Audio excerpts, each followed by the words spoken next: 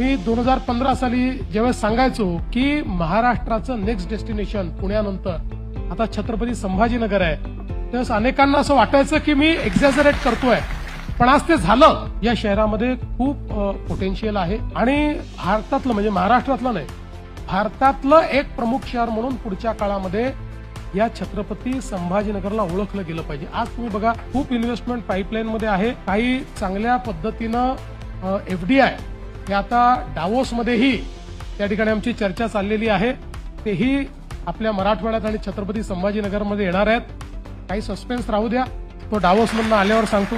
3700 horse पॉवरचा pump आज आपण यशस्वीपणे चालवलेला आहे. म्हणजे आता आपण या टप्प्यात आहोत की पुढच्या 2 महिन्यामध्ये छत्रपती संभाजीनगरला पाणी मिळणार आहे. हा योगायोग आहे. मी येणार होतो म्हणून टेस्टिंग केलं नाही, हा योगायोग आहे. पण पायगुण आहे असं म्हणू शकू. छत्रपती संभाजीनगरचा महापौर हा पहिल्यांदा आपण निवडणार आहोत. यापूर्वी औरंगाबादचा महापौर होता, आता छत्रपती संभाजीनगरचा महापौर असणार आहे.